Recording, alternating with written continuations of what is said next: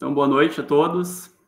Nesse webinar, nós teremos hoje a apresentação, né, do nosso colega Jefferson Veronese, que vai falar sobre fisioterapia nos distúrbios respiratórios. Antes, eu e o professor Alexandre Simões Dias gostaríamos de um momento, de alguns minutos, para apresentar o nosso curso, né, que nós estamos organizando, curso de especialização em fisioterapia hospitalar. Então, eu sou professor do curso de fisioterapia da URGS, também atuo no Hospital de Clínicas como coordenador de programa de residência. Temos também envolvimento com pesquisa, com extensão, com diversas áreas, né, do ensino relacionadas ao clínicas e à URGS. O professor Alexandre também é professor do curso de fisioterapia, membro executivo da Sobrafir Nacional. E a partir de agora eu vou falar um poucos slides, qual é a ideia do curso, para em seguida a gente já ter a apresentação, a palestra do nosso convidado, né, o professor Jefferson. Bom, então antes de começar a falar da iniciativa do curso em si, quero falar um pouco sobre a relevância do Hospital de Clínicas de Porto Alegre quanto instituição de ensino, assistência, né, e qual o objetivo principal desse curso de especialização. Então, para entender um pouco da relevância do Clínicas no contexto assistencial, tá? Então, um hospital que cresceu muito nos últimos anos, ele teve uma expansão importante, ele possui atualmente em torno de aproximadamente 800 leitos, 154 consultórios ambulatoriais e um crescimento e expansão também no centro cirúrgico, com 34 salas cirúrgicas. Por ano, o Hospital de Clínicas realiza em torno de 40 mil procedimentos cirúrgicos, 400 mil consultas ambulatoriais, né, em torno de 400 transplantes. É um dos poucos centros de transplante pulmonar no Brasil, um dos 7 centros, o Hospital de Clínica de Porto Alegre. No ensino, ele também é uma importante referência. Nós contamos com aproximadamente 1.400 alunos de graduação. Dentre esses alunos, os alunos de graduação do curso de fisioterapia da URGS. 108 alunos da residência multiprofissional em 13 programas. Desses 13 programas, temos 5 programas com a residência multiprofissional integrando o núcleo da fisioterapia, 12 residências da fisioterapia. Temos o programa adulto cirúrgico, que eu coordeno, adulto crítico, atenção cardiovascular, materno-infantil e saúde da criança. 12 residentes atualmente fazem parte do nosso serviço, né, da assistência do Clínicas. Um laboratório de simulação, que é referência, né, um dos poucos centros, instituições em que a fisioterapia atua, né, com esse laboratório, né, promovendo atividades de ensino, né, simulação avançada, também a simulação com técnicas, né. Então, é uma importante ferramenta e um método inovador de ensino. Programas próprios do hospital de mestrado e especialização e também alguns programas e cursos de especialização. E esse especialização hospitalar que nós estamos oferecendo esse ano é o primeiro curso de fisioterapia do Hospital de Clínicas. Tivemos outros cursos da URGS com atividades no Clínicas, mas essa é uma iniciativa de abrir as portas do Clínicas, do ensino, da fisioterapia, né, tudo que a gente oferece já pelo hospital, né, para alunos interessados que querem complementar a sua formação, estão no mercado de trabalho há mais tempo ou menos tempo, né, e querem se capacitar, né. Então, esse que é o curso, a ideia do curso, né.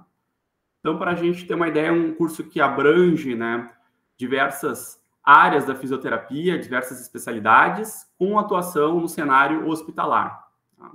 Disciplinas teóricas 100% presenciais e práticas, né, em diversos cenários. Tem uma ideia, nós temos disciplinas de avaliação, exames complementares, procedimentos e técnicas de fisioterapia cardiorrespiratória, pré- e pós-operatório, cirurgia torácica abdominal, fisioterapia em emergência, neurologia, ventilação invasiva e não invasiva, traumato e ortopedia, reabilitação, metodologia de pesquisa, fisioterapia no paciente crítico e atuação prática do fisioterapeuta no ambiente hospitalar, né? além de disciplinas voltadas também à inovação, tecnologia e gestão, que eu até abro ali chamo o professor Alexandre, se quiser complementar também a minha fala, né, para vocês entenderem o contexto da construção desse curso e também o contexto do Clínicas esse cenário. Né? Alexandre, gostaria de fazer algum comentário? Bom, primeiramente, obrigado, então, Fábio, pelo convite e a presença de todos aqui no nosso encontro. Então, é prazer para a gente estar recebendo vocês aqui, mesmo que virtualmente, né? Então, a gente tem essa possibilidade de se encontrar. E a gente está revendo aí um grande amigo, né? Um grande referência aí na fisioterapia respiratória, o professor Jefferson Veronese, que faz parte do nosso corpo docente e hoje vai poder nos brindar aí com uma excelente aula. Tenho certeza aí que vocês vão gostar. Então, complementando assim algumas orientações, alguns assuntos que o professor Fábio já comentou, esse é o primeiro, a especialização, né, que a gente realiza dentro do Hospital de Clínicas, e ela é dentro do ambiente da fisioterapia hospitalar. Ela tem diferentes abrangências, ela vai para respiratória, cardiovascular, terapia intensiva, a parte de neurologia, né? E o que coube a mim, então, contribuir com esse projeto foi a parte de inovação, né, e empreendedorismo e gestão de pessoas. Então, para vocês terem uma ideia, né, o Hospital de Clínicas ele é o único hospital credenciado pela Joint Commission International, né, que é uma comissão que avalia a qualidade dos hospitais a nível do Brasil. E o Hospital de Clínicas ele é, então, o único hospital universitário que tem essa chancela. Né? Então, isso demonstra assim, a qualidade que a gente tem aqui no hospital, e a gente elaborou essa especialização justamente para aqueles que têm a curiosidade, querem se aperfeiçoar e querem, então, aumentar os seus conhecimentos, e a gente usar toda essa estrutura em benefício aí dos alunos. Então, eu agradeço mais uma vez, então, Fábio, pelo convite, né, pela presença de todos, e aguardamos aí que muitos de vocês participem com a gente nessa jornada, desbravando mais um caminho dentro da fisioterapia. Com certeza aí vai ser bom para os alunos, para o hospital e com certeza para a profissão. Obrigado aí, Fábio. Bom, obrigado, Alexandre. Agradecer também ao professor Jefferson e dizer que o professor Jefferson também faz parte do nosso corpo docente, né? E a gente, na escolha, né, das disciplinas e do nosso eixo teórico de docentes, a gente optou para docentes com qualificação, né, e ampla experiência assistencial. Então, o convite da aula de hoje também do Jefferson é pensando nisso. E só rapidamente aqui, não quero me estender muito, Jefferson, desculpa te tomar um pouco do tempo da tua aula, né? Isso. Mostrar um pouco do cenário de prática que a gente vai ter no curso, né? Então, para quem conhece o hospital há mais tempo, o Hospital de Clínicas, ele se localizava mais no bloco A, ali em azul, que vocês estão vendo no slide, né? Há pouco tempo, durante a pandemia, se abriu as novas áreas, mas o ensino em si a gente está usando também o bloco C, então as aulas teóricas vão ter toda nesse bloco, que é praticamente o tamanho ali do bloco B, né? Nós temos o andar todo de ensino, onde fica o centro de simulação, né?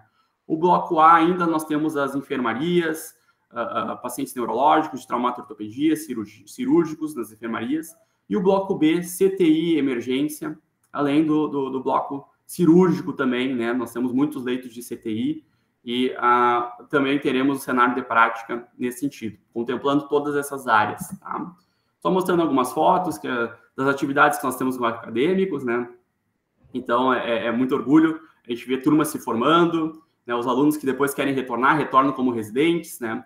Mas desde a graduação a gente oferece tudo isso que a gente pensa na formação, né? Em cenários de prática, na atuação da simulação, né? Realística, simulação com imersão de treinamento de habilidades, que são coisas diferentes, a gente vai ofertar as duas coisas no curso. Tá? Aqui é o nosso laboratório, o equipamento que a gente tem, o Siemens 3G, da Lerdal. Então, nós vamos ter cursos também e da disciplina oferecer módulos em que a gente vai atuar na simulação realística, né, no equipamento de simulação avançada. Praticamente é um robô que a gente programa e consegue simular casos. Né? Então, aqui, nossas turmas aqui foram participando, né, desse processo no centro de simulação. Tá? Isso é bem interessante, é uma ferramenta que qualifica muito o processo de ensino, aprendizagem, traz segurança, para depois a gente conseguir, né, esse conhecimento, esse aprendizado, transpor para a técnica e para o dia a dia, para a rotina com pacientes, de maneira mais segura. Tá? Então, nós vamos também rever, né, nas disciplinas dos eixos teóricos, né, protocolos assistenciais que são aplicados nos pacientes do Hospital de Clínicas. Então, esses protocolos são validados. Nós temos no corpo docente muitos fisioterapeutas, né, qualificados e capacitados que oferecem essa capacitação para as equipes multiprofissionais do hospital e também vai oferecer, né, abrindo um leque de network para os interessados em fazer o curso. Né? Então, também temos as capacitações em protocolos. E, pessoal, trago uma boa notícia para quem está interessado, que hoje, né, nós temos um cupom de isenção na matrícula do curso. Né? Então, para quem está interessado em ainda hoje fizer a sua intenção de matrícula, esse é um código, né, promocional que pode ali na página do curso, né, ao se inscrever, já ganha a taxa de isenção, mas fiquem atentos, é para quem está aqui na live hoje, né, até o final, após o curso, até, se eu não me engano, à meia-noite de hoje está liberada essa inscrição, né, com a taxa abonada. Bom, então vamos ao nosso webinar, né? Então é uma grande satisfação, né, uma grande alegria termos hoje o professor Jefferson Veronese, né, que vai falar sobre fisioterapia nas desordens respiratórias. Enquanto eu vou falando, Jefferson, te apresentando o teu currículo, para quem ainda não te conhece, eu acho que eu vou tirando aqui na minha apresentação para te abrindo a tua, pode ser? Perfeito, perfeito, pode ser. Então, deixa eu sair aqui. Então, professor Jefferson Veronese, fisioterapeuta graduado pelo Centro Universitário Metodista IPA, mestre em Ciências Médicas pela URGS e doutorando em Ciências Médicas também pela URGS. Fisioterapeuta da Associação Gaúcha de Assistência à Mucoviscidose, né, de 1997 a 2013, inclusive nas dependências do Hospital de Clínicas. Para nós é muito orgulho, eu que já fui aluno do professor Jefferson no IPA, né, na época eu tinha cabelo, então pode ver que faz algum tempo, né, Jefferson? Tinha o cabelo comprido, né? Mas é muito interessante a tua experiência, Jefferson. Eu acredito que tu vai contemplar ela ao longo da apresentação, ao longo da tua aula também na especialização, na AGAN, né? Inclusive, tu foste um desbravador dentro do Hospital de Clínicas, no momento que não tinha o serviço. O professor Alexandre ainda não tinha construído o serviço, tu já estava, né, desbravando o Hospital de Clínicas e toda a tua qualidade assistencial, né, ofertando aos pacientes, né? Então, desde 2010, estuda também as disfunções respiratórias no sono e polissonografia portátil, tipo 3 e 4. Fez um estágio na SCANE, se eu estiver pronunciando errado, me corrige depois, University Hospital, em Lund, na Suécia. Tá? E também é importante salientar, autor do livro Fisioterapia Respiratória na Evidência à Prática Clínica, publicado em 2023, disponível na Amazon. Né? E apostila Aplicabilidade da Pressão Respiratória Positiva Subaquática nas Doenças Respiratórias, disponível na Hotmart. Então, é importante divulgar também para os interessados esses livros, para terem acesso, complementando a aula que tu vai ministrar para nós agora. Tudo comigo, Fábio? Tudo contigo, muito obrigado, Jefferson. Tá joia. Queria fazer um breve agradecimento aí ao professor Alexandre e ao professor Fábio, né, porque é uma honra, na verdade, e um prazer muito grande eu fazer parte dessa aula de lançamento do curso de especialização em fisioterapia hospitalar. O Alexandre é um amigo de longa data, nós ministramos aí as disciplinas de pneumo 1 no IPA.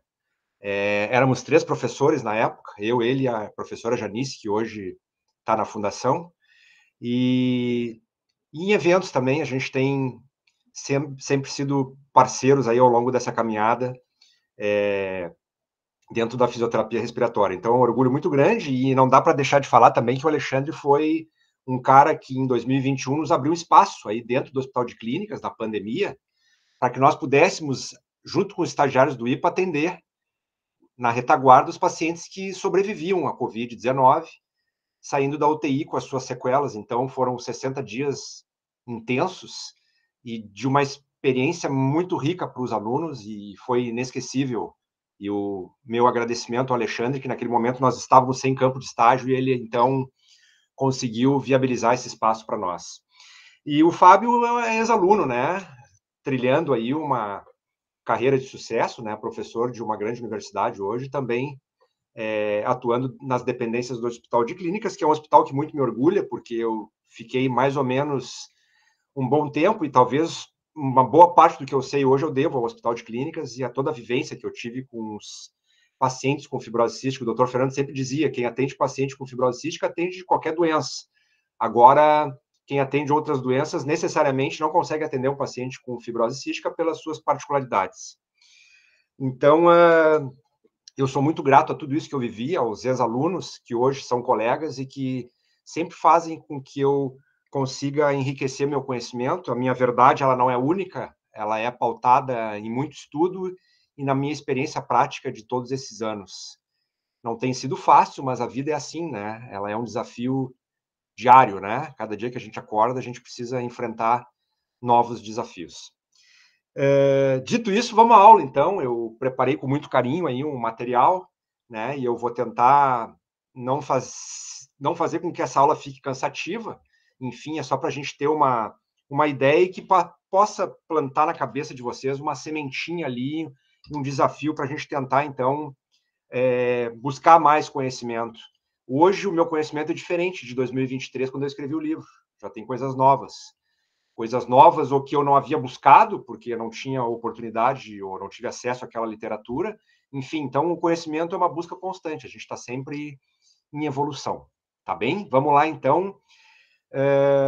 Vamos ver aqui uma coisa, eu vou interromper e vou colocar de novo aqui.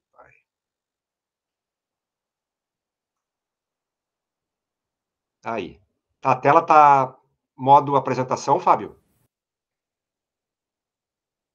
Sim, Jefferson. Tá, sim. E o cursor, vocês enxergam o mouse e o cursor? Sim, tá. Enxergamos. Perfeito.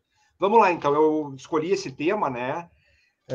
Fisioterapia nas desordens respiratórias, porque aqui eu vou falar de duas questões, que é a teoria dos pontos de igual pressão e também sobre uma doença que tem evoluído bastante, tanto no diagnóstico como no tratamento, que são as disfunções do sono, mais especificamente a apneia obstrutiva do sono. Bom, a fisioterapia respiratória, a gente sempre, quando escolhe um curso na área da saúde, a gente acha que vai ficar livre das questões matemáticas e físicas, né? E, na verdade, quando a gente escolhe a fisioterapia respiratória, a gente vai, muitas vezes, nos confrontar com algumas variáveis de extrema importância que muitas vezes nos norteiam aí para a gente escolher uma ou outra terapia, né? Eu estou falando de volume, eu estou falando de pressão, eu estou falando de complacência tanto da caixa torácica como do pulmão, da viscosidade dos fluidos, né? Aqui mais especificamente do muco. Quando a gente fala em viscosidade, a gente às vezes evolui o muco espesso e viscoso, né? Espesso é grosso e viscoso é pegajoso, né? O muco, então, que é pegajoso, ele fica aderido na parede da via aérea. Fluxo e a interação, então, desse fluxo com o muco. Quando eu me formei no IPA, em 1993, e a disciplina de pneuma ela foi dada por mais de um professor, né? Na época, não falávamos sobre teoria dos pontos de igual pressão, não falávamos sobre ciclo ativo da respiração, sobre drenagem autógena. O Alexandre fez parte desse processo, eu não sei se na época dele já se começou a falar, eu sou formado um pouco antes do professor Alexandre, e naquela época se falava basicamente em fisioterapia torácica convencional, que é praticamente drenagem postural, tapotagem, vibração e tosse. Era o que nós fazíamos na época, claro, com algumas pequenas modificações de situação para situação, né? Então, tem duas imagens que ilustram bem o que nós fazíamos na época, né? E hoje, não que não se use mais, mas se usa em casos muito específicos, né? Eu nem diria tanto o clapping, né, que é a tapotagem, eu diria mais a vibrocompressão e a drenagem postural. A gente usa em questões específicas, como, por exemplo, um abscesso pulmonar que está localizado, ou uma pneumonia lipoídica, por exemplo, num paciente com síndrome de Down que aspirou lá um conteúdo para tentar amolecer, fluidificar as fezes, né? A mãe se excedeu, esse paciente tinha distúrbio de deglutição, e ele acabou aspirando lá e fazendo uma coisa que a gente chama de pneumonia lipoídica, tá? Esse bebê, nós colocávamos ele na época em drenagem postural, porque havia sido acometido o lobo médio, tá? Bom, então, praticamente 4 anos depois que eu me formei, eu fui convidado pelo Dr. Paulo Marostica a atuar no hospital de clínicas, então, com pacientes com fibrose cística. Eu, na época, tinha nenhuma experiência com fibrose cística e foi um desafio, né? Foi um desafio enorme, assim. Eu lembro que logo na primeira semana de hospital, tínhamos lá uma menina que era adolescente que estava em fase terminal. E foi muito triste naquela época, porque como eu tinha pouca experiência, eu pude ajudá-la muito pouco. E então isso me marcou muito, eu não esqueço. A única posição que ela tinha para dormir era na posição sentada, ela não conseguia, ela tinha uma coisa que a gente chama de ortopneia, ela não conseguia deitar, porque o fato de ela deitar aumentava muito a disfunção e ficava inviável de ela dormir. Então, essa menina, nos seus últimos dias de vida, ela praticamente dormiu sentada até então que aconteceu ali o óbito. E aí, então, quem era o chefe da equipe naquela época era o Dr. Fernando. E o Dr. Fernando já praticamente tinha viajado o mundo, né? O Dr. Fernando foi o médico, os dois são pneumologistas pediátricos e eles são pioneiros, né? O Dr. Fernando foi o pioneiro aí em implantar o centro de fibrose cística dentro do hospital. Eu estou falando aí de 1980, mais ou menos, ou em torno disso. E o Dr. Fernando, então, me ensinou muito, né? O Dr. Fernando ainda vive, né? Está bem de saúde, enfim, está aposentado. E o Dr. Fernando, então, já tinha um vasto material na sua sala e eu fui, então, começar a explorar esse material. E aí eu coloco aí para vocês um dos primeiros materiais que eu tive acesso quando cheguei lá no Hospital de Clínicas. E esse material era uma apostila, um manual, e ele já tinha praticamente todas essas técnicas, né, de fisioterapia, na qual não se tinha, na época, conhecimento. E eu, então, tive a oportunidade de ter acesso a esse material e explorar esse material. Pessoal, deixa eu perguntar para vocês, se ficar nesse modo de apresentação, fica muito ruim. Fábio e Alexandre, deixa eu ver aqui uma coisa, se eu consigo aumentar. Melhorou um pouquinho? Tá tudo certo, Jefferson. Para nós está aparecendo tudo certo. Fica bem, Jefferson, assim tá bom. Tá, perfeito. Vamos adiante, então. Está menor, mas para nós está aparecendo a tela. Tá, se ficar ruim, vocês me avisam que eu tiro desse modo e coloco lá no modo apresentação de novo. Tá. Então, eu pude aprender, então, e a explorar todas essas novas técnicas que eu não havia aprendido naquela época, e foi fantástico, assim, embora eu tivesse muita dificuldade, porque era tudo em inglês, né? E hoje é fundamental, né? A gente ter acesso aí à língua inglesa para que a gente possa ser um profissional melhor e ter acesso a uma literatura, então, internacional. Bom, pois é, mas aqui eu não consigo passar, ó. Então, para aí um pouquinho. Só um minutinho, pessoal.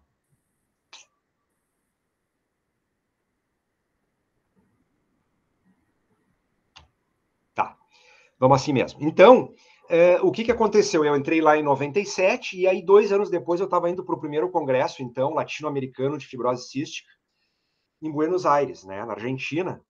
E aí lá, então, junto com o Dr. Paulo Dalcin, eu lembro exatamente desse dia, o dia que a fisioterapeuta canadense McWayne falava, então, sobre a teoria dos pontos de igual pressão, e nós ficamos encantados, né? Eu, então, e o Dr. Paulo Dalcin, não foi Paulo Marostica, desculpe, foi o Dr. Paulo Dalcin, que hoje é o chefe da equipe de adultos, né, de fibrose cística. O Dr. Paulo Marostica continua na chefia hoje, né, substituiu o Dr. Fernando, e então o Marostica está na equipe pediátrica e o Dalcin está na equipe de adultos lá no Hospital de Clínicas, atendendo esses pacientes. E então a McWayne me despertou, então, um conhecimento vasto com relação a isso, né? Se nós formos observar essa imagem, a gente vai ver que Na imagem à nossa esquerda, a via aérea está pérvia, e na imagem à direita, a via aérea ela sofre um estrangulamento e um alçaponamento de ar nos alvéolos. Então, os alvéolos eles estão mais preenchidos com ar. Então, lá foi um momento ímpar, assim, porque muitas das técnicas são baseadas na fisiologia dos pontos de igual pressão. Bom, essa era a imagem que se tinha acesso na época. E se nós formos analisar hoje, eu, com o conhecimento que eu tenho, ela é uma imagem que não reproduz com efetividade a teoria dos pontos de igual pressão. Ela não é a melhor imagem. E vocês já vão entender por quê. Aqui está o ponto de igual pressão. Eu imagino que vocês estejam enxergando meu mouse na letra A. E aí, se vocês forem observar, na letra B, o ponto de igual pressão ele se encontra num outro local. E na letra D também. Então, eu imagino e consigo afirmar com certeza que, na verdade, os alvéolos estão à nossa direita e a boca à nossa esquerda. Então, o que está acontecendo aqui? O volume pulmonar está diminuindo e o ponto de igual pressão está se deslocando para a periferia. E conforme o ponto de igual pressão se desloca para a periferia, a secreção faz o sentido contrário. Então, o que deveria haver aqui? O que está errado nessa imagem? Que deveria haver um estreitamento da via aérea do ponto de igual pressão à boca. E não está acontecendo, porque existe uma diferença de pressão entre o alvéolo e a pleura conforme o volume vai se modificando. E isso deveria ser representado pela figura. E não está. Então, ela é muito bonita, a figura, mas ela não é perfeita. Ela tem um pequeno erro quando a gente avalia o diâmetro da via aérea do ponto de igual pressão à boca. Bom, fala um pouco melhor disso. Aqui tem duas representações, uma de 1976 e outra de 2000, que representa muito bem isso. A gente vê o ponto de igual pressão e quando a gente visualiza o diâmetro da via aérea, ele é diferente do ponto de igual pressão do alvéolo comparativamente do ponto de igual pressão em relação à boca. Então, deve haver um estreitamento, sempre do ponto de igual pressão em direção à boca. E aí vocês vão entender isso um pouquinho melhor daqui a pouquinho mais. Bom, e essa é uma outra imagem que também mostra o ponto de igual pressão em diferentes locais, né? Aqui ele está mais próximo do alvéolo e aqui ele está um pouquinho mais distal do alvéolo. E olhem só, do ponto em direção à boca tem o estreitamento da via, e aqui também. Então, essas duas figuras, elas representam exatamente o que significa o ponto de igual pressão e as suas repercussões no deslocamento do muco. Bom, vamos falar um pouquinho do que é normal, para que vocês possam entender depois o que é anormal, tá? Então, quando nós respiramos, o que acontece? A gente tem aqui uma representação, um esquema do ar entrando e saindo dos pulmões, né? Então, a gente tem uma pressão que é atmosférica, que a gente adota, a gente pode chamar de atmosférica ou barométrica, né? Que a gente adota como convenção zero. Quando a gente começa a inspirar, tanto a pressão nos alvéolos como a pressão na pleura, as duas vão diminuindo. Então, a pressão vai ficando negativa para que o ar possa, então, se deslocar para dentro dos pulmões e expandir. Então, expande os pulmões e expande a caixa torácica. A pressão na pleura, sempre ela é mais negativa do que nos alvéolos, tá? Bom, e aí os pulmões, no final da inspiração, atingem uma determinada pressão, e aí se começa, então, o ato expiratório. Então, aí a pressão vai ficando cada vez menos negativa, vai ficando mais próxima de zero, para que o ar possa, então, deixar os pulmões. Bom, e aí, nesse ato, a gente tem que pensar duas coisas, né? Que existe, então, uma parede cartilaginosa que ela comporta a via aérea mais superior. mas ela não comporta a via aérea mais inferior. Então, a via aérea periférica ou a via aérea distal, ela é desprovida de cartilagem. Então, ela fica muito mais suscetível ao colabamento próximo do alvéolo. Bom, o que é importante a gente saber? Que no indivíduo saudável que está ventilando normalmente, não existe o ponto de igual pressão. O ponto de igual pressão ele vai acontecer só na expiração forçada no indivíduo saudável, tá?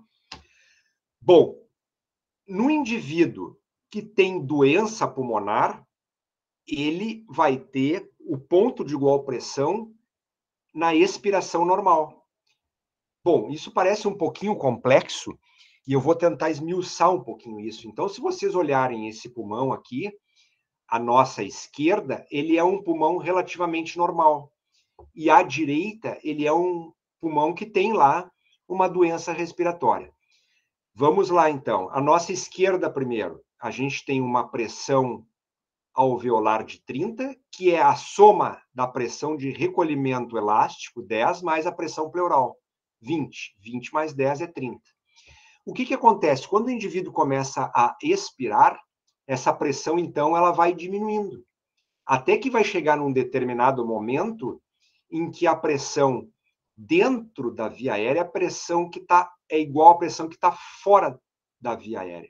Então, aqui a gente tem o chamado ponto de igual pressão, tá? Mas isso só na expiração forçada. Bom, quando a gente pega um paciente que tem, então, uma doença pulmonar, na verdade, existe ali um comprometimento do recolhimento elástico. Então, essa pressão ela não vai ser 30 dentro do alvéolo, ela vai ser 25. E aí a pressão de recolhimento elástico vai ser 5, a pressão alveolar vai ser 25, a soma da pressão pleural 20 mais o 5 vai dar os 25. O que acontece? O paciente começa a expirar, agora a gente está falando de um paciente que tem uma doença, esse ponto de igual pressão, ele vai ficar muito próximo, então, do alvéolo. Então, isso tudo vai fundamentar quando nós elegermos as nossas técnicas de fisioterapia respiratória. Bom, quando a gente vai traduzir esse material, o ponto, eu coloquei aqui uma seta na horizontal para poder definir que para cima é do ponto de igual pressão à boca e para baixo é do ponto de igual pressão ao alvéolo. O que a gente tem, então, para cima? A gente tem esse termo, upstream, ou downstream. Ajusante, é um termo que, quando a gente traduz, a gente vai encontrar bastante, que é nada mais, nada menos do que o espaço, então, entre o ponto de igual pressão e a boca.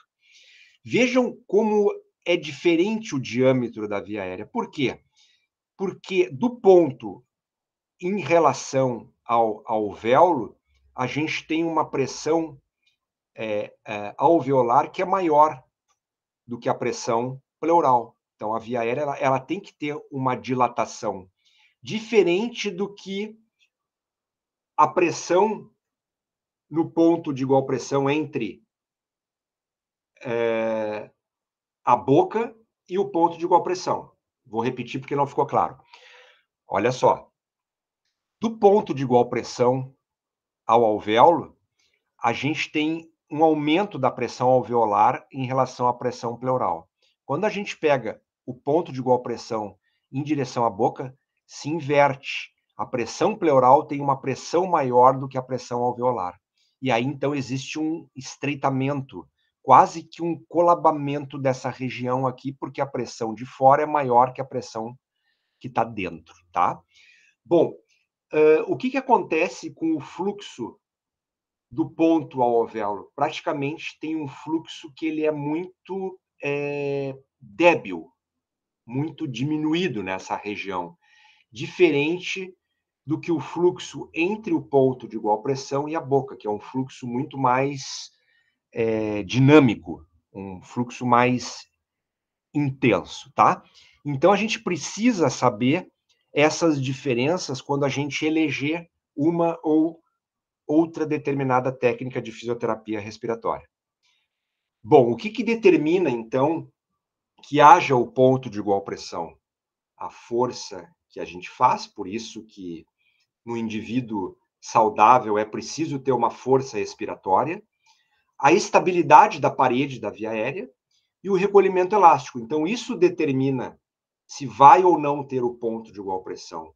E o local é determinado pelo recuo, pela resistência das pequenas vias aéreas, pelo tônus e pela complacência dos pulmões. Então, a gente tem variáveis que vão determinar se vai acontecer ou não o ponto, e tem umas outras variáveis que vão determinar o local exato do ponto. Por isso que, nesse paciente que tem o colabamento precoce da via aérea, quando a gente mostra essa imagem, ele vai se beneficiar por técnicas de pressão positiva, porque, na verdade, o que a gente quer é afastar o ponto de igual pressão do alvéolo, a gente quer afastar ele, a gente quer trazer esse ponto para regiões onde haja cartilagem, para evitar o colabamento precoce, porque o colabamento precoce vai fazer com que o ar fique aprisionado, e isso não é interessante. Então, quando a gente impõe uma resistência expiratória, e aqui tem um EPAP com um resistor de orifício, a gente consegue deslocar, então, esse ponto de igual pressão para uma região mais central, onde se tem cartilagem. Então, os pacientes conseguem, então, uma maior desinsuflação. Bom, quando a gente fala ainda de ponto de igual pressão, esse fluxo que é débil entre o ponto e o alvéolo, ele chega ali a uma velocidade de 2.000 a 2.500 centímetros por segundo. Então, a gente chama ele de fluxo anular. Tá? Um fluxo anular é um fluxo que é pouco efetivo. Por isso que a gente tem que, de certa forma, deslocar esse ponto de igual pressão. Porque se ele é um fluxo inefetivo, a depuração ali ela vai ser insuficiente. A gente não vai ter efetividade no deslocamento de muco daquela região. Então, eu preciso fazer com que esse ponto se desloque para uma região mais central, porque daí o fluxo vai ser um fluxo que a gente chama de névoa, um fluxo de névoa. Ele vai propiciar um desprendimento do muco, porque a velocidade vai ser turbilionar. Então, vai ter uma interação muito maior do fluxo com o muco, tá? Então, é muito importante que se pense isso quando a gente eleger uma determinada técnica de fisioterapia respiratória. Bom, vamos adiante. Mas determinadas técnicas, elas são efetivas em qualquer situação? Não, vamos falar especificamente de uma delas. Se eu tenho um paciente que é cooperativo e que tem um bom grau de entendimento, eu posso pedir para esse paciente fazer um Huffing, né? Porque daqui a pouco ele tem bronquiectasias. Vejam que interessante. Se eu tenho um paciente que é cooperativo, que tem um bom grau de entendimento, mas que tem bronquiectasias difusas, o que ele faz? O que vai acontecer com a parede da via aérea se ele fizer uma técnica de respiração forçada, se ele fizer o Huff? Provavelmente essa parede da via aérea, por ser muito instável, porque tem ali bronquiectasias, ele perdeu o músculo liso e tecido elástico, ela vai colabar. E aí a secreção vai ficar toda aprisionada distal ao ponto de igual pressão. Então eu preciso, talvez, propiciar para ele que ele faça o Huffing dentro da máscara de EPAP.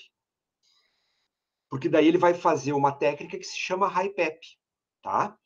Bom, mas se eu pego um lactente, ou um paciente pré-escolar lá que tem 3, 4 anos, que tem as mesmas bronquiectasias, dificilmente um lactente vai ter bronquiectasia, mas um paciente com 4 anos, pode ser que já tenha bronquiectasias, tá? Porque ele tem uma doença daqui a pouco que é genética e que já evoluiu, né? Teve múltiplas infecções, e aí como é que eu vou fazer?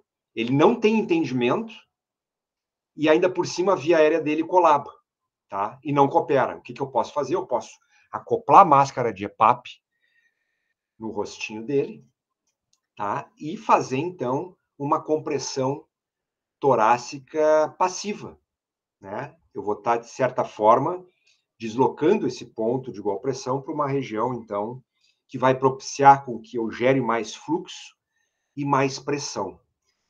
Então, olha, vejam que interessante, né?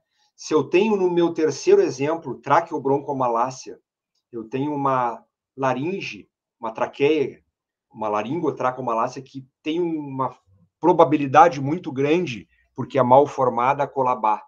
Eu tenho que instituir uma técnica de pressão positiva.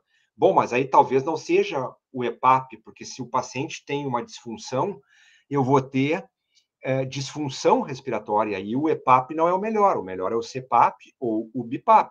Então, eu vou ter um nível de pressão que vai beneficiar esse paciente, que vai impedir o colabamento da via aérea mais central, porque, do ponto de vista cartilaginoso, é uma via aérea que é débil, que é deficiente, e que tem uma probabilidade muito grande de colabar.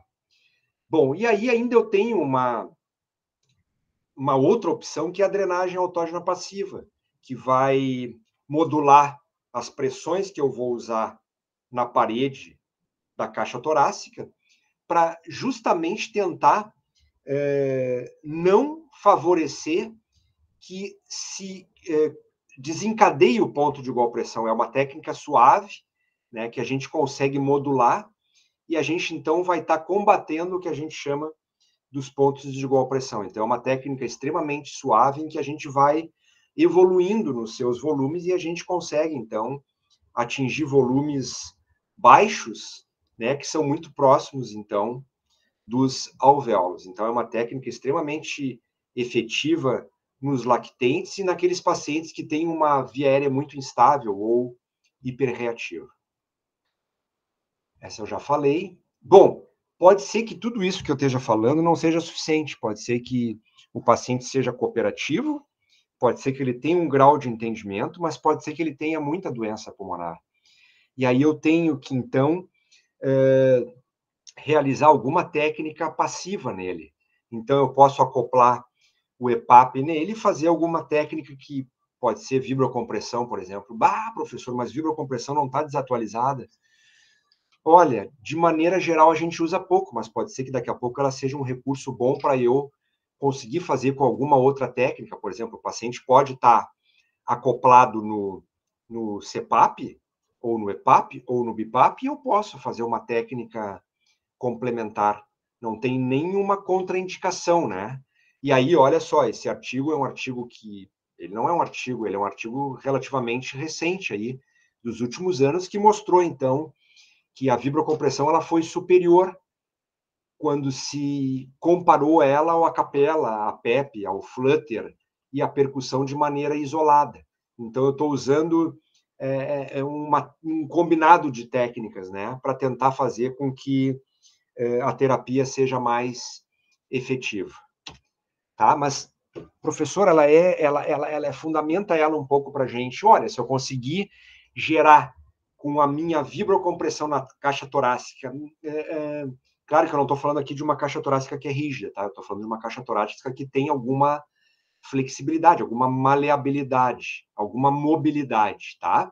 Eu preciso fazer uma manobra que seja suficiente para gerar um pico de fluxo respiratório que seja maior que o pico de fluxo inspiratório.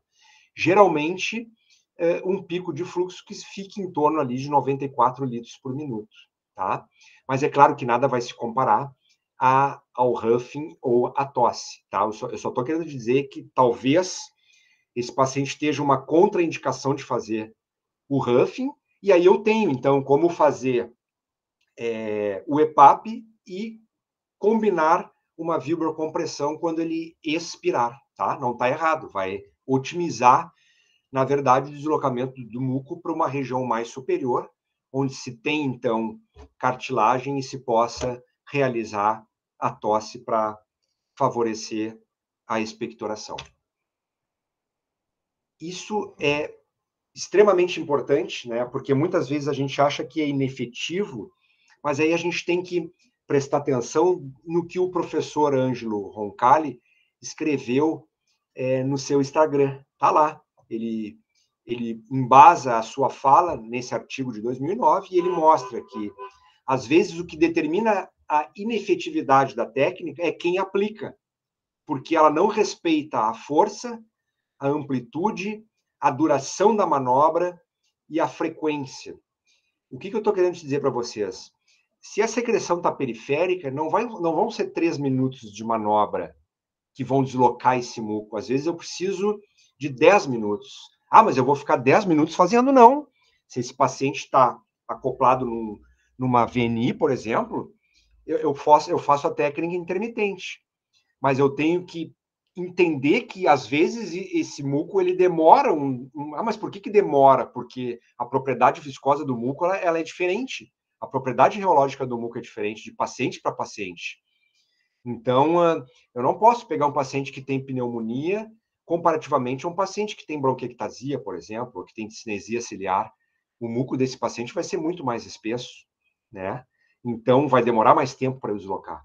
Então, às vezes, a fisioterapia ela precisa ser feita de maneira efetiva para a gente conseguir observar uma efetividade, um resultado positivo, tá? Então, isso requer repetição, né? Tem uma frase que diz, a repetição faz o mestre, né? Então, a gente precisa manusear esse paciente e conhecê-lo diariamente.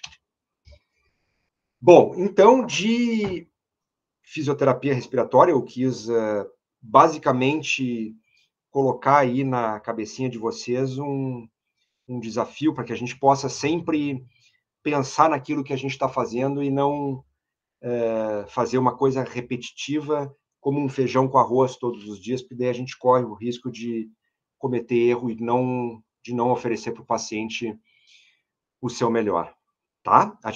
Vocês podem perguntar alguma coisa, provavelmente a gente vai ter acesso a isso daqui a pouco mais, aí para que eu possa tentar ajudar vocês de maneira rápida.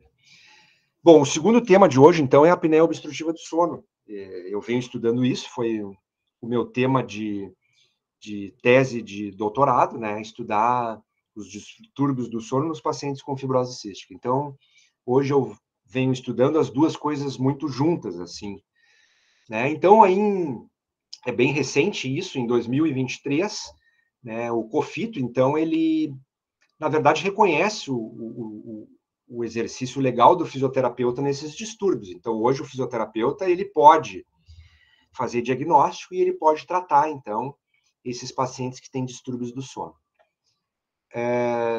Hoje a gente sabe que, quando a gente fala de população pediátrica, basicamente de 1 a 5% da população pediátrica é acometida de apneia do sono.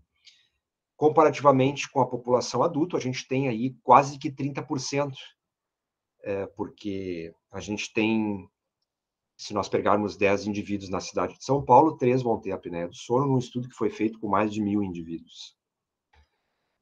Então, se a gente fizer uma projeção do estudo de Tofik, esse que foi publicado em 2010, hoje nós somos mais de 200 milhões de brasileiros, né? Se a gente projetar esse estudo, nós vamos ter mais ou menos 6 milhões de pessoas com apneia obstrutiva do sono. Então, vejam que essa área é uma área que o fisioterapeuta pode explorar muito ainda. Ela tem um campo vasto a ser explorado, né? E aí, desses 6 milhões, quantos se tratam? Olha, eu posso dizer para vocês que talvez 6 milhões, né? Então, o que aconteceu foi que eu comecei a estudar isso, e hoje, então, a gente sabe que 12 mil brasileiros estão aguardando aí na fila do SUS para fazer o exame. Então, isso é um dado recente, de 2023, imagina quantos pacientes aguardam na fila do SUS. E olhem a reportagem de ZH, ela fez aí uma investigação, quanto tempo esses pacientes esperam? 1.620 dias, isso dá quase 4 anos, para aqueles pacientes que têm baixa complexidade. Então, vejam como é muito triste essa realidade de pacientes que têm apneia do sono e que não têm a oportunidade de fazer o diagnóstico, de não ter a oportunidade de fazer o tratamento. E a gente sabe hoje que os pacientes que têm apneia do sono e não tratam é um fardo para o sistema de saúde. Ah, professor, como é que tu está falando isso? Não, eu estou falando baseado tudo em estudos, tá? A gente sabe que os pacientes que não tratam a apneia do sono, eles têm uma chance maior de ter hipertensão, de ter infarto, de ter AVC, de ter diabetes, de ter síndrome metabólica, de ter sintomas, síndromes, distúrbios do comportamento. Então, é primordial que esses pacientes tenham acesso ao diagnóstico e ao tratamento. Então, tá aí, é um fardo baseado nesse estudo publicado agora em 2023, olha só. Quando a gente fala de diagnóstico de apneia do sono, tem muitos processos judiciais, né? Então, olha só, na esfera pública, se tem 500, quase 600 mil, e na esfera privada, quase 200 mil reais. Quando a gente projeta isso para gasto em tratamento, na esfera pública são quase 3 milhões, né? E na esfera privada, 300 mil. Então, é muito dinheiro que se gasta hoje, deixando de se fazer diagnóstico e deixando de oportunizar esses pacientes ao tratamento. Mas vamos lá, o que é a apneia do sono, né? Quando eu falo apneia, aqui está embutido a hipopneia também. Então, a apneia é quando a gente tem ausência total de fluxo, e hipopneia é quando a gente tem uma diminuição do fluxo. Nada mais é do que um desequilíbrio entre a pressão atmosférica e o tônus dos músculos da faringe, dos músculos que a gente tem na língua, né, e na faringe. Então, essa combinação estrutural e de fatores neuromusculares levam, então, a uma probabilidade muito grande da via aérea colabar. Então, à nossa esquerda, eu tenho o fluxo pérvio, a via aérea está pérvia, então o fluxo ele consegue entrar pela cavidade nasal e ir em direção aos pulmões. E à nossa direita, eu tenho, então, muitas vezes desencadeado pela posição supina, um deslocamento da língua para a região posterior e do pálato mole. Então, aqui eu tenho o pálato duro e o pálato mole, que obstaculizam totalmente a possibilidade de fluxo. Então, o paciente, então, ele faz a apneia, que pode ser de 5 segundos, de 10 segundos, até 1 minuto, às vezes mais. Então, isso tem uma repercussão cardiovascular muito grande, por isso que os pacientes têm uma probabilidade a infartar mais, a ter mais hipertensão, a ter mais AVC e todas aquelas outras situações. Quais são os sinais e sintomas? E os principais deles aqui é ronco, né? E sonolência diurna. Então, esse paciente vai ter o sono fragmentado, é um sono picotado, em que ele, ao longo do dia, vai se arrastar, porque a gente tem várias fases do sono. Então, a gente não consegue, na verdade, evoluir em todas as fases. Então, o paciente não consegue descansar. A gente vai ter um pescoço curto no homem, se a gente for medir, tem que ser 43 centímetros ou mais.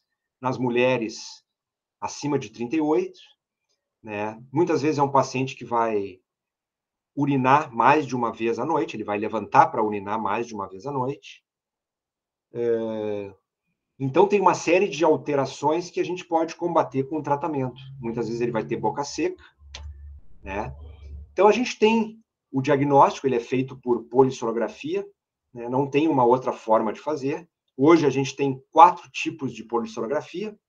A tipo 1 e a tipo 2, que o paciente precisa ir para o laboratório, colocar essa série de fios aqui, no mento, né? Fora o que a gente não está vendo aqui nos membros inferiores, para ver se ele tem pernas inquietas, enfim, bruxismo, né? A gente consegue fazer a leitura nessa polissonografia de todas as fases do sono, tá? Então, essa é o padrão ouro. Aí começou a se surgir, então, a polissonografia tipo 3, eu comecei a fazer essa, comprei um equipamento, ela tem, então, uma cinta no tórax, outra no abdômen, ela tem um oxímetro no dedo e ela tem uma cânula nasal. Então, ela não é tão completa que nem a 1 e a 2, mas ela consegue fazer diagnóstico com bastante precisão. A gente precisa fazer a leitura durante uns 45 minutos através de um programa de computador. Tá, e depois surgiu, então, agora por último, a tipo 4, a da Biologix, é essa que eu estou fazendo, que é um oxímetro de alta resolução, que o paciente dorme no conforto do seu lar, e aí tem, então, uma parceria com o INCOR, e aí o paciente precisa estar com o Bluetooth do celular ligado, e ele capta, então, todas as informações, e o INCOR, no outro dia, emite, então, um laudo. Ela é bem precisa e tem aí uma correlação muito forte, ela é sensível, ela tem uma sensibilidade de 90% quando a gente compara com a polissonografia tipo 1 e tipo 2, e eu não estou falando isso por acaso, isso já foi comprovado por 2 grandes estudos, então tem um determinado grupo de médicos que não curte muito, obviamente, porque a gente está falando de um fator aqui financeiro, onde os pacientes não precisam ir para o laboratório do sono, e aí, então, muitos pacientes hoje têm um custo que é bem menor, né, e uma possibilidade de fazer isso sem precisar se deslocar, e com a pandemia, com a pandemia da Covid, isso foi o boom, porque era mais um motivo para não haver aglomeração nos laboratórios do sono, tá? Então, essa que eu estou fazendo, e ela nos diz várias coisas, entre elas o índice de saturação de oxigênio, que é esse valor que eu circulei aqui. Até 5 é normal, acima de 5 a gente já tem, então, uma apneia que é leve, e aí a gente, conforme vai graduando, aqui tem uma escala, né, acima de 30 é praticamente uma apneia grave. Então, hoje o médico do sono assina, e eu também, como sou credenciado ao centro, eu também assino o laudo, é uma parceria bem interessante para nós que somos fisioterapeutas. Hoje, esse equipamento custa em torno de R$800, né? É bem mais barato do que esse aqui, que na época eu paguei R$10 mil, tá? Bom, aí, a segunda página do laudo nos dá algumas informações, que é a carga hipóxica, que é essa aqui, 48%, essa é a chance do paciente ter um evento vascular. Aqui eu consigo, com o microfone do celular, aferir, então, o ronco, né? Às vezes essa é uma queixa, ele ronca demais, né? E aí eu consigo ver aqui, graduar, se ele roncou pouco, médio ou muito, ou se ele não roncou, né? Eu também consigo avaliar a saturação média, olha que interessante, para usar isso dentro do ambiente hospitalar. Às vezes a gente quer saber se o paciente é dependente ou não de oxigênio, aqueles pacientes que têm doença pulmonar crônica, e às vezes, o que a gente faz no hospital? Às vezes a gente vai lá, pega o oxímetro e coloca no paciente, aí ele desperta. Bom, aí aquela saturação já não é mais a saturação, ele precisa dormir toda noite com o oxímetro, tá? Eu não posso interromper o sono dele para colocar o oxímetro. Então, olha que bacana, porque isso vai determinar se eu vou precisar usar oxigênio ou não, tá? É a saturação média noturna, tá? E por fim, aqui tinha mais uma coisa, deixa eu ver, 1, 2, 3, 4, e a eficiência do sono, eu sabia que faltava um. A eficiência do sono ela tem que ser maior do que 85%, olha que interessante, esse paciente deu uma doença leve, né? Ou, quer dizer, nem deu doença, ele não tem apneia. Em compensação, ele tem uma eficiência do sono que é muito baixa. Então, a gente precisa tentar investigar por que a eficiência do sono deu baixa. Bom, aí a gente vai ter que ir atrás de algumas informações. Será que ele acordou muito? Bom, eu olho aqui olha só, eu olho para esse gráfico aqui, ó, quando ele está acordado e quando ele está dormindo. O que aconteceu é que ele tem vários picos de acordar aqui, ó. Então, se ele acordou muitas vezes durante a noite, eu consigo ver isso pelo hipnograma, o que acontece? O sono foi picotado, ele dormiu mal, e aí automaticamente a eficiência do sono ela é muito baixa.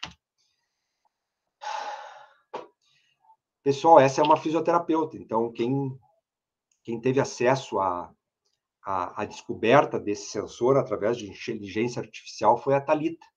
Ela é uma fisioterapeuta, e isso movimenta hoje um mercado de muito dinheiro, né?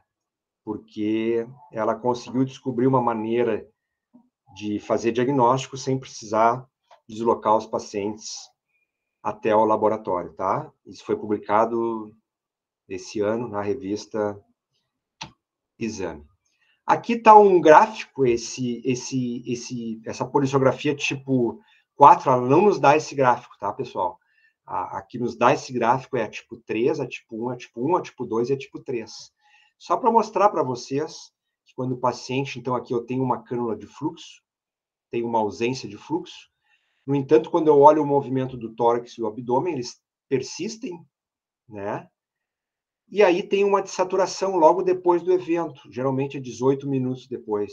Então, se a gente for olhar depois do evento, o paciente começa, ele tem uma saturação de 95, aí ela começa a declinar, ó.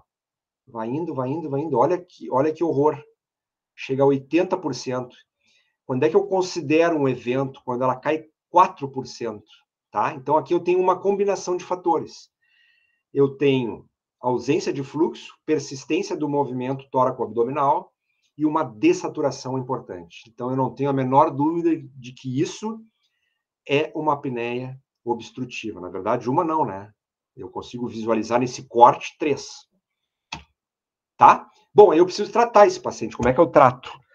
O padrão ouro é CPAP, mas o que define isso vai ser o grau de apneia.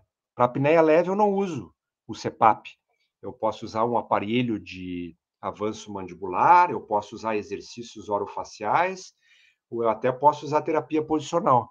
Eu vou usar o CPAP se a apneia for moderada ou grave, e aí numa última alternativa, eu posso fazer um procedimento tirando a úvula e uma parte do palato, tá? É bem discutível essa cirurgia. São pacientes que têm apneia grave, que não querem usar CPAP. Então, aqui a gente tem uma evolução das interfaces, né? Onde, quando eu acoplo uma ventilação não invasiva, eu consigo, então, impedir que o palato e a língua desçam, e aí o fluxo fica pérvio. Então, eu tinha, num primeiro momento, essa máscara orofacial, que foram evoluindo, e hoje a gente tem aí a Pillow, né? Claro que ela não serve para todos os pacientes, tá? Se precisa titular isso, são 4 dias que o paciente fica com a máscara, e eu, através de uma plataforma, eu fico vendo a titulação, num primeiro momento que ela é livre, tá? Ela é automática, e aí depois de 4 dias eu consigo estabelecer níveis de pressão. Aqui é um aparelho de avanço mandibular, tá? Onde eu tenho aqui uma micrognatia, uma paciente que tem o queixo pequeno e retraído, retrognatia. Quando a gente coloca o equipamento de avanço mandibular, quem faz isso é o dentista, geralmente a mandíbula dela vem para frente e ela libera, então, alarga a via aérea. E, por fim, aqui, exercícios orofaciais, né? Esse é um deles, eu pego a ponta da língua e arrasto pelo palato, tem vários outros lá na Sleep Foundation, tá?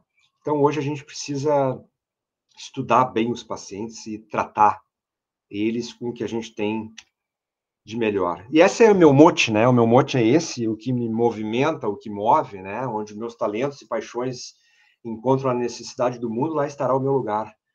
Tá? Eu acho que eu sou um cara entusiasmado aí, para quem me conhece e trabalha comigo, eu não me acomodo, eu quero sempre estar, de alguma forma, oferecendo aí para as pessoas e para os pacientes o que existe de melhor aí. Eu acho que é isso aí. Vamos interromper o compartilhamento para a gente poder esclarecer algumas dúvidas aí.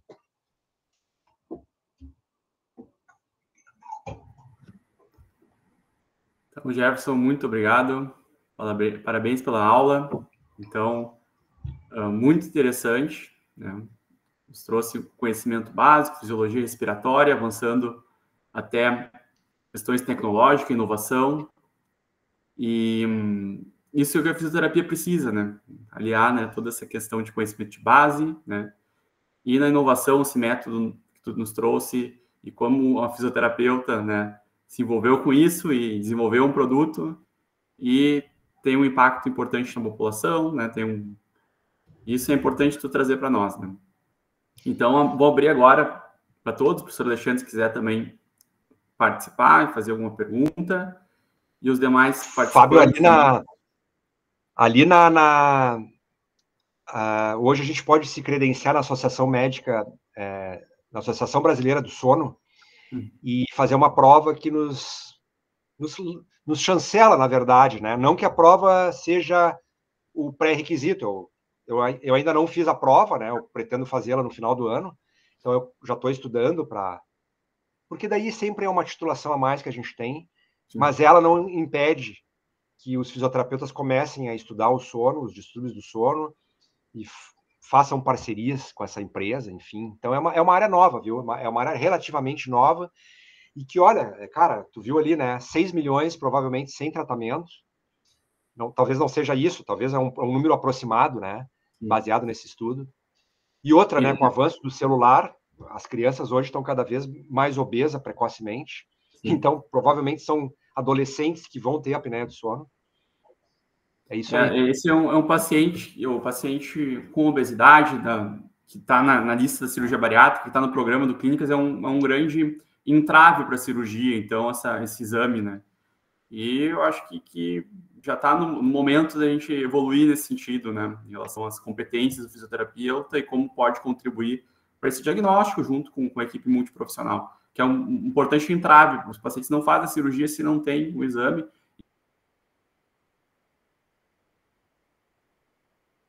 Acho que o Fábio trancou. Alexandre? Isso, acho que sim. Vamos ver se ele volta daqui a pouquinho aqui. Vamos ver se ele... Mais um segundinho aí, senão eu já toco. Oi, Fábio, tu nos fugiu aí, Fábio. Eu estou ouvindo. Desculpa aí. Acho que o Alexandre troca aí, se estava na minha internet, tu pode... Tá bom.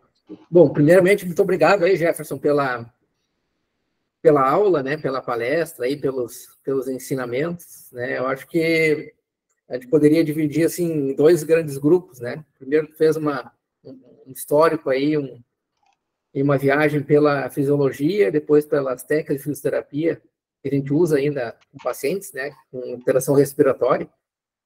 E depois essa parte mais nova, que seria a parte do sono, né? Então, eu vou fazer 2 comentários aí, enquanto o pessoal vai escrevendo. Primeiro, eu nunca me esqueço, né, Jefferson, quando a gente dava uma aula, e a gente deu muito tempo aula de fisioterapia respiratória, né? E dentro da disciplina, a gente dava vários conteúdos, né? E no momento do estágio, então, os alunos eles iam aplicar esse conteúdo junto com os pacientes, né? E aí o aluno atendeu o paciente, fez lá várias técnicas, e eu perguntei para ele, né? Mas, fulano, por que fez tal técnica, né? A técnica de desobstrução. Por que fez técnicas de desinsuflação? Por que fez técnicas de aumento de volume? Aí ele respondeu, não, professor, é porque ele tem doença respiratória, então eu tenho que fazer todas as técnicas de fisioterapia respiratória, né? E aí eu disse, olha, isso vai de cada paciente, vai da decisão do profissional, né? Então, eu acho que o que tu fez, né, Jeff, tu mostrou para nós, assim, vários caminhos que a gente pode visualizar nos pacientes que têm alteração respiratória, e dependendo do tipo de alteração, a gente vai fazer determinada técnica, né? Então, se é um paciente que tem um aumento na produção de secreção, nós vamos usar técnicas desobstrutivas.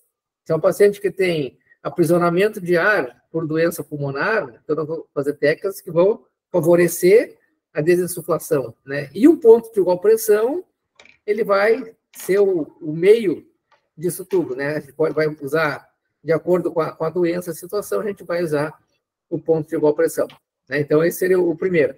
E o segundo, né, Jeff, em relação aí à polissonografia, a apneia obstrutiva do sono, e aí eu trago um dado também que é bem da profissão, né? E tudo que a gente vai evoluindo na profissão, ela vai acontecendo com um determinado tempo, né? Então, se hoje nós temos aí as especialidades, né? Fisioterapia respiratória, fisioterapia e terapia intensiva adulto, pediátrica, neonatal, fisioterapia cardiovascular, a próxima, que eu acho que vai entrar dentro da fisioterapia, é a fisioterapia especialista do sono, né? E por que eu estou dizendo isso, né? Porque a gente já teve algumas tratativas via a Sobrafiro com o COFITO, que é quem chancela tudo isso, né? E uma das justificativas por que a gente não avança tanto na apneia obstrutiva, né? É porque existem poucos profissionais ainda que utilizam, né, ferramentas que nem tu mostrou, que fazem o exame, que usam técnicas específicas para a apneia obstrutiva, e aí a gente não tem ainda uma massa crítica, né, específica para desenvolver determinada área, né? Mas eu acho muito promissor, E creio que em breve aí a gente vai ter os especialistas em fisioterapia do sono, né? Porque é uma doença que perpassa diferentes situações, né? Perpassa o doente cardiovascular, que vai lá que tem hipertensão, vai para a doença metabólica, que pega aí a obesidade, o diabetes, né? Então, esses pacientes vão apresentar a apneia ou a hipopneia e vão precisar de um fisioterapeuta específico para desenvolver, né, e tratar aquele distúrbio. Então, eu acho que estou muito feliz aí na apresentação, né, Jefferson, porque isso é um caminho novo que se abre dentro da fisioterapia, vamos dizer assim, da fisioterapia respiratória, e daqui a pouco até numa especialidade, né? Agora, dois comentários aí que eu queria fazer aí da apresentação. Claro, Alexandre, te contar uma história bem rápida que vai servir de exemplo para quem está nos escutando, ela é breve. Quando nós estávamos lá no Santo Antônio, tinha um bebê que nasceu com gastrosquise lá. Gastrosquise, para quem não sabe, é as vísceras, o bebê nasce com as vísceras expostas, né? E aí ele foi para a cirurgia, fez sutura da parede abdominal e ficou lá, desnutrido um tempo. E ele tinha uma malácia e a equipe queria operar ele, né? E nós atendíamos ele, fazíamos fisioterapia respiratória. E eu, como já tinha conhecimento e tinha o equipamento, esse tipo 3, eu disse, não, mas para aí só um pouquinho, como é que vamos operar o bebê sem ter o diagnóstico primeiro de apneia do sono? Não, porque ele satura, ele tem essa malácia. Eu disse, não, mas olha só, pessoal, vamos... Eu me proponho a vir aqui um dia à noite fazer o exame, só que o meu aparelho é de adulto, mas eu vou tentar adaptar nesse bebê. Cara, foi tudo certo, parece que Deus nos acompanha naquele momento. Uhum. Eu precisava de 4 horas de sono. Sim. Eu acoplei no pezinho dele, os pais eram jovens, os pais eram ótimos. Cara, e aí eu fiz um laudo à mão, assim, a mão, que é uma maneira de dizer, né? Digitei um laudo e apresentei. Esse bebê não precisa, porque ele não tem apneia, a saturação em ar ambiente é 94. Cara, eles ficaram muito felizes, assim. E aí a médica me questionou, a médica, mas tu pode fazer esse exame? Cara, e daí eu levei o livrinho do Crefito, porque lá no livrinho do Crefito tem, não, olha só, né? Então, existe essa barreira que aos pouquinhos a gente vai enfrentando, né? E vai vencendo, de certa forma, né? Não, com certeza. Não sei se alguém quer colocar alguma pergunta, cara. Sim, vamos abrir para perguntas, por favor, pessoal, alguma dúvida? Alexandre, é legal que tu vai dar um módulo em inovação em saúde, não tem um final de semana ou um dia, eu não lembro exatamente. Isso, é uma disciplina, Jefferson, dentro da especialização. Vai bem ao encontro dessa tecnologia, né? Isso, porque a inovação, a sociedade está evoluindo para a inovação, com o empreendedorismo, né? Então, a fisioterapia vai acompanhar isso também de alguma maneira. Né? Claro. Então, acho que essa parte do sono, dentro assim da respiratória, da terapia intensiva, é a área que mais vai despontar com a parte da inovação. Que legal. Show. Então, pessoal, acho que tá no horário, já passou, claro, não senti passar o tempo, né? Não sei se alguém tem alguma pergunta. Queria mais uma vez agradecer ao Jefferson, agradecer ao professor Alexandre, agradecer a todos que estão aqui nos acompanhando. Também lembrar que está à disposição aqui no chat, já coloquei o código, né, para inscrição, para isenção da inscrição no curso de especialização. Né? E quem tiver mais dúvidas pode nos contatar, estamos à disposição também, né, para o curso ou para outro projeto, né? Quem quiser o nosso contato aí está à disposição ali no site do Clínicas, ali eu como coordenador do curso, Alexandre também coordenação, e o professor Jefferson também está à disposição também para quem quiser conhecer um pouco melhor sobre essa apneia obstrutiva do sono e essas ferramentas de avaliação e de tratamento. Tá? Então, agradeço a todos. Tem um retorno aí, Jefferson. Aqui da excelente aula. Isso aí. Agradeço a todos, pessoal, e até uma próxima. Obrigado pela participação. Tá, boa noite. Falou, Fábio. Tchau, Alexandre. Um abraço. Tchau, muito obrigado. E aguardamos vocês aí na especialização, hein? Vamos lá. Isso. Obrigado, Jefferson. Falou. Obrigado, pessoal.